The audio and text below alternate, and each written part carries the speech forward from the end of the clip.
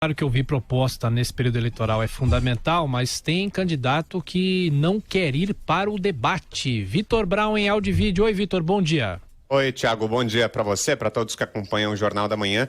Pois é, o deputado Jair Bolsonaro confirmou que não vai participar de mais nenhum debate entre os candidatos à presidência. Essa informação foi confirmada por ele, dada ontem pelo presidente do partido dele, o PSL, o advogado Gustavo Bebiano, que é o presidente do partido. A alegação da campanha de Bolsonaro é que a participação é uma farsa, que os debates não servem para nada, que as propostas são mal apresentadas, que não há tempo para que sejam detalhadas e que é preciso ser mágico para conseguir mostrar ao eleitor em 45 segundos, em 1 minuto, aquelas propostas que são defendidas. Por isso, Bolsonaro alega e confirma que não vai mais participar de nenhum dos debates entre os candidatos à presidência. Ele também negou que essa decisão tenha relação com o confronto entre ele e Marina Silva no debate da semana passada, no debate da Rede TV, e por isso ele diz que não há nenhuma ligação entre esse episódio com a Marina Silva e a decisão dele, mas na semana passada houve um confronto direto entre eles e o Bolsonaro disse que a Marina estava com medinho, que estava tremendo toda, e ele participou além do debate da Rede TV, do debate que também foi realizado na semana anterior, na Bandeirantes, e agora diz que não vai mais a nenhum desses debates. Tá certo, Vitor, você volta já, professor Vila, e a estratégia do candidato? Aí é que a estratégia do candidato Bolsonaro parece, pelo que nós estamos vendo, né, é que ele não participará mais de nenhum debate pela fragilidade das suas ideias, e a dificuldade de expor o seu programa, que ele desconhece, inclusive. Até quando foi perguntado no último debate sobre uma passagem do seu programa registrado na Justiça Eleitoral, que é obrigado pela lei, ele desconhecia, ele não soube responder à questão, porque foi lembrado até por um dos perguntadores, outro adversário dele, evidentemente, um outro presidenciável, se ele tinha lido efetivamente ou só assinado sem ler o programa tal. E tudo indica que, infelizmente, é desagradável dizer isso, mas ele assinou sem ler e desconhece o seu próprio programa tal. E vive de expressões, de vagas, que pegam um pouco esse clamor popular, que as pessoas realmente estão insatisfeitas, estão irritadas com o país, com a elite política, com a corrupção, com o desemprego, com a insegurança, com a falta de educação, saúde, com todos os problemas que a gente sabe que o brasileiro é obrigado a conviver e não encontra solução a médio prazo, sequer a médio prazo dessas questões. Então o candidato mostrou essa fragilidade, que evidentemente não é só dele, mas é de outros candidatos também a presidente da República. Como ele resolveu essa questão? Não é fazendo aquilo que eu acho que todo mundo tem de fazer, né? Que é estudar, conhecer o país, não só fazer visitas turísticas e tal, mas é aprofundar os estudos, ler os principais autores que trabalharam sobre o país, e ter mostrado isso ao longo da vida pública. Ele teve 30 anos para isso. 30 anos, 3 décadas, desde 1988, 2 anos como vereador e os outros 28 anos como deputado federal. Portanto, você tem tempo para conhecer o Brasil. Até o contato com as outras bancadas possibilita você ter um contato com o Brasil, um conhecimento do Brasil. E ele não tem. E isso fica claro não somente em entrevistas. E nós tivemos a testemunha, tivemos isso aqui 2 vezes na Jovem Pan, uma em maio do ano passado, outra em maio desse ano, em que ele mostrou pouco conhecimento do Brasil e dificuldade até de trabalhar com o embate. Ser presidente da República é trabalhar com atenção permanente, é 24 horas de tensão. Se você não quer ter tensão, você não vai ser candidato a presidente da República. Faça qualquer outra coisa da vida. Cuida da sua família, cuida dos seus negócios e evita ser presidente da República, que é a convivência com a tensão. E aí você tem de debater e enfrentar ou a questão da política interna ou questões de política externa tal. Então isso é fundamental, trabalhar com o embate. Isso faz parte da democracia. Quando você não tem o outro, é numa ditadura. Aí você fala o que você quiser, com conteúdo ou sem conteúdo, né? E não encontra o adversário para poder responder a você. Numa democracia, e nós com muitas falhas vivemos uma democracia, e principalmente num debate eleitoral, como um debate de presidenciável, você tem o outro. E aí isso pode revelar suas próprias fragilidades.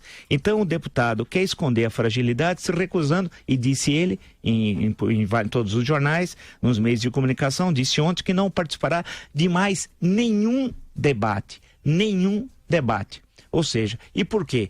Quando você faz essa recusa, é porque você sabe que você é frágil, você não tem o que apresentar. E você está principalmente enganando os seus possíveis eleitores.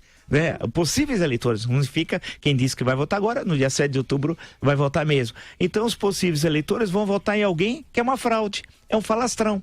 que foge, é o Jair Bolsonaro, vírgula, o fujão, ponto. Essa que é a questão. Agora, não é só ele que é fujão, e aí é que é pior. Outros candidatos que estão bem situados nas pesquisas de intenção de voto estão fugindo também. E ao fugir do embate, esses candidatos, tal qual o Bolsonaro, viram uma quadrilha de fujões. E que estão desrespeitando não os órgãos de comunicação, A, B, C, D, rádio, TV, jornais, etc. Nada disso. Está desrespeitando a você, eleitor, porque está dizendo que você não vale nada. Você não vale absolutamente nada. Ele tem o programa, vai a um programa que desconhece, ele ou ela, candidato, não importa, e não está nem aí com você. Agora, a bola não está com quem propõe fazer um debate e organizar um debate. A bola está com você, que é o eleitor ou eleitora, de aceitar candidatos, né? Como, por exemplo, eu citei, mas não só, para ser absolutamente correto, eu citei o caso do Jair Bolsonaro, por quê? Porque fora do cenário do Lula, e Lula não será candidato, nesses cenários apresentados até agora aqui, ele lidera as pesquisas de intenção de voto, de intenção, simplesmente a pesquisa de intenção. A questão que você coloca então sobre ele é que ele está fugindo, e os outros fugiram também, desrespeita você. Como que você pode votar num candidato que você desconhece as ideias? Como você pode votar num candidato que sequer consegue dialogar com adversários? Como você pode votar num candidato que não consegue responder uma pergunta de um entrevistador?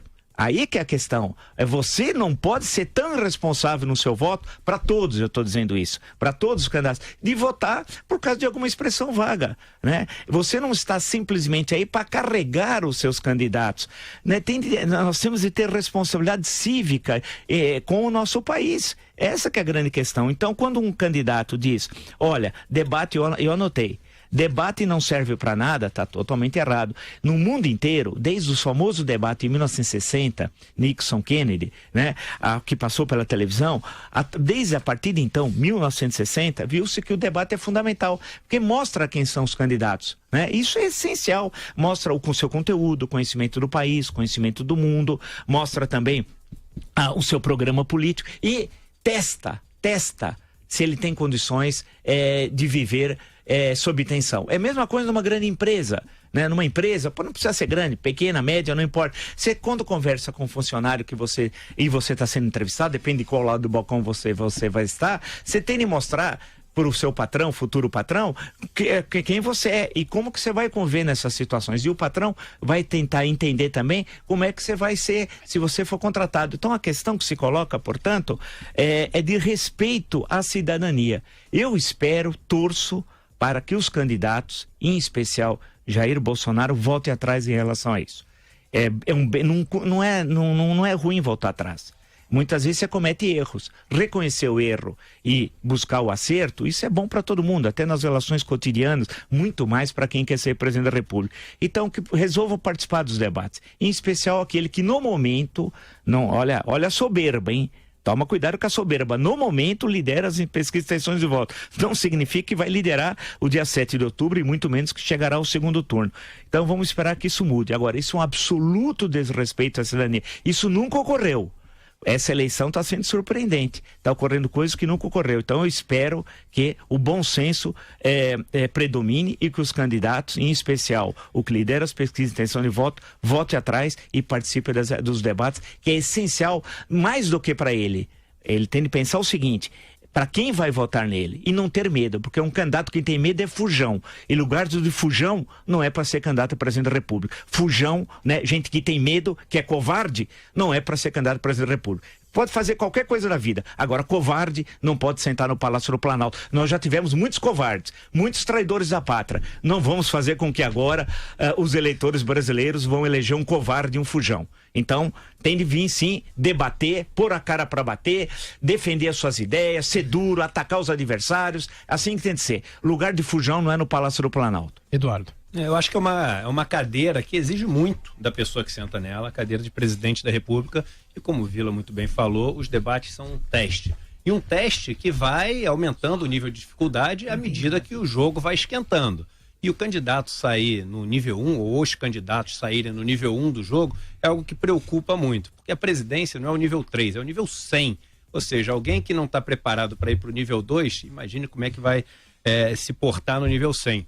E a hora que as boas perguntas começam a ser elaboradas e feitas, onde as pessoas e os outros candidatos começam a se conhecer e começam a se testar cada vez mais. Uma coisa que eu tenho visto na reportagem que antecedeu essa questão aí do debate, vários assessores, vários candidatos falando a questão dos empregos, é o que me preocupa muito. Os candidatos estão prometendo 6 milhões, 4 milhões, 10 milhões de emprego, e eu queria saber como é que eles vão gerar isso. Ontem foi anunciado o CAGED, que é o número de geração de empregos, foi o melhor número desde 2012, e esse número, claro, estava represado, porque no mês anterior ninguém contratou, porque você teve Copa e crise dos caminhoneiros, mas mesmo represado, ele vem em 47 mil empregos.